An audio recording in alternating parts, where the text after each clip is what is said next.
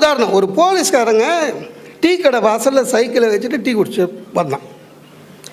வந்து பார்க்குறான், அவன் சைக்கிளையும் எவனோ தூக்கின்னு போயிட்டான். டென்ஷன் ஆகிட்டான்.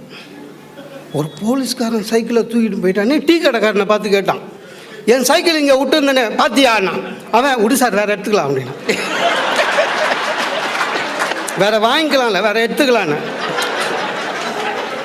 சைக்கிள் போனது கூட போலீஸ்காரனுக்கு கஷ்டம் இல்லை சார். அந்த சைக்கிளில் அவங்க சைக்கிளில் ஒரு சைடு பாக்ஸ் வச்சுருப்பாங்க. கொஞ்ச நேரத்துக்கு முன்னால் தான் பழ வண்டிக்காரனை மிரட்டி 10 மாம்பழம் உள்ளே போட்டுருந்தான். அத்தோடு தூக்கின்னு போயிட்டான் அவன். அதுதான் அவனுக்கு டென்ஷனு. 2 நாள் கண்டுபிடிச்சான் அவனை. கண்டுபிடிச்சிட்டு அவனை பிடிச்சிட்டுண்டா என்ன தைரியம்தான். போலீஸ்காரன் சைக்கிளையே நீ திருடுவேன். தெரியாமல் திருடிட்டேன் சார். நான் சைடில் இவ்வளோ பெரிய பாக்ஸ் இருக்கவனுமே தெரியவான் அவன் உனக்கு போலீஸ்காரன் வண்டின்னு அப்படின்னு. அதுக்கப்புறம் ஒரு கேள்வி கேட்டான், அதை விடு, சைக்கிள் திருடினதை கூட விடு.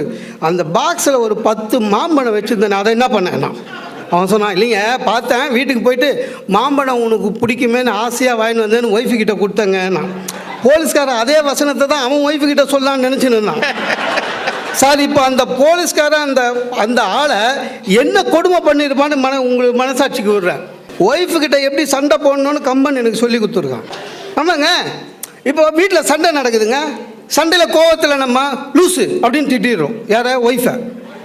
திரும்பி அவங்க நீ தான் லூசுன்னுவான். லூசுன்னு சொல்லக்கூடாது, நேராக ராமசாமி பையன் பொண்ணு மாதிரியா பேசுகிற, லூசு மாதிரி பேசுகிற அப்படின்னு ஒன்று. நம்ம அப்பா நல்லவர், நம்மளை தான் இவர் சொல்கிறாரு, சீ போங்க அப்படின்னு. ஆக்சுவலாக ராமசாமி தான் பெரிய லூசு.